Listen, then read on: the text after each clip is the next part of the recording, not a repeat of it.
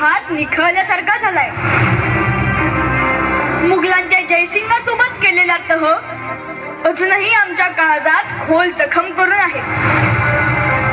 कोंढाण्यासारखे इतर 72 किल्ले त्या तहात गमावले आपण. दिल्लीस तुम्हाला कैदेत ठेवण्याचा त्या औरंग्याचा विश्वासघाती मनसुबा विसरू नका. त्याच्या हातावर तुरी देऊन निसटलो आम्ही. तेव्हाच तह रद्दबातल करायचं मनाशी ठरवलं होतं. कोंढाणा स्वराज्यात परत आणावं लागेल शुभा. सह्याद्री धोक्यातून बाहेर काढावी लागेल. आम्ही तातडीने हालचाली. तुमच्याशिवाय कार्य पार पडणार आहे का? मुजरा राज, मुजराव साहेब. अरे तान्हा, ही मिठाई कसली? राज, रायबाचं लग्न जमलंय, त्याचं चावतण द्यायला आलो होतो. वा वा वा वा. ऐकलं का हो साहेब, आमचा बालपणीचा सवंगडी वरबाप होणार. सह्याद्रीच्या धबधब्याला लाज वाटावी असा उत्साह ओसंडून वाहतोय. मग वरबाप कुठवर आली तयारी? जी, आता तुम्हाला आवतण दिलं की अर्धी तयारी झालीच म्हणून समजा.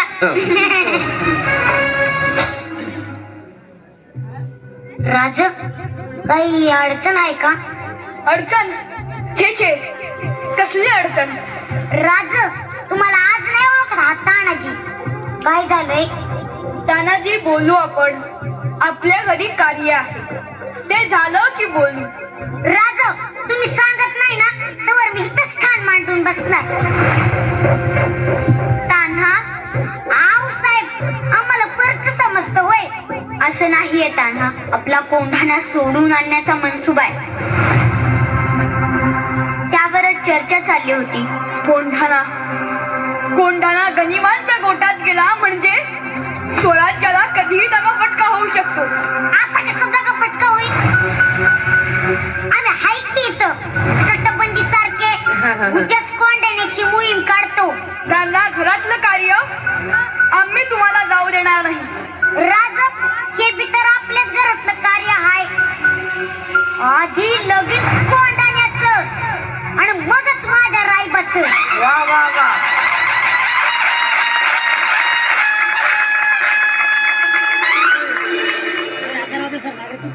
आपल्याला काही करून आधी कळल्यान दरवाजा गाठावा लागणार. समोरून तलवारी तयार ठेव. मागच्या तटबंदीने किल्ला जवळ करतो.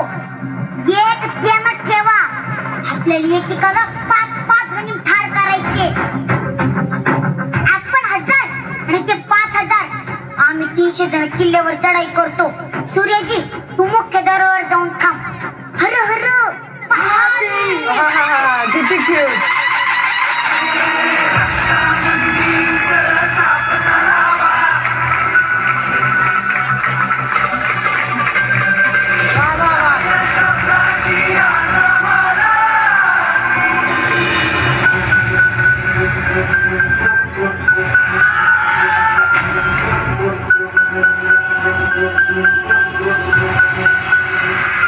हर हर महादेव.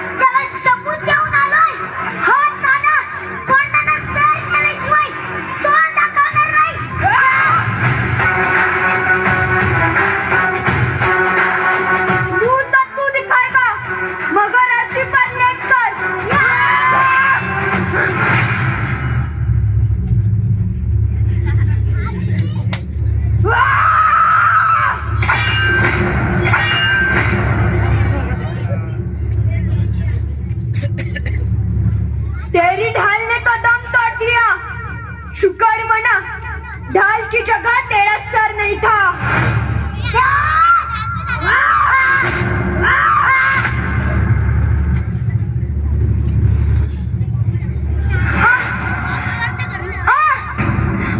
स्वराज्यासाठी कोणाची छातीची ढाल करायला हजारो हजारो मावळे उभे आहेत. तुझ्या तलवारी आमचं आमचं काही बिघडू शकत नाही.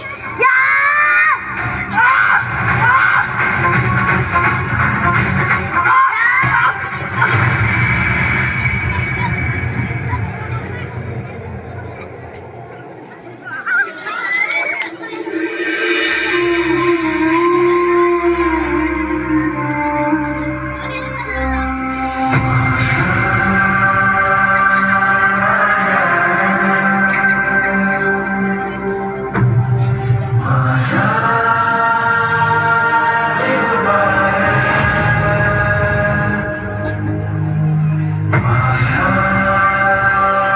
तान्हा, मला बोलून गेला होतास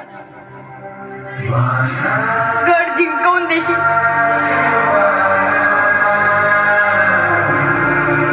अरे सिंहासारखा लढलास तू.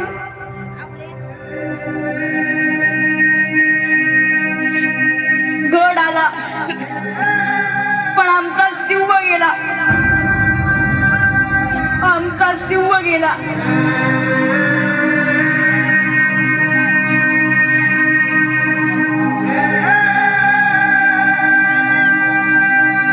आजपासून कोंढाण्याचं नाव सिंहगड.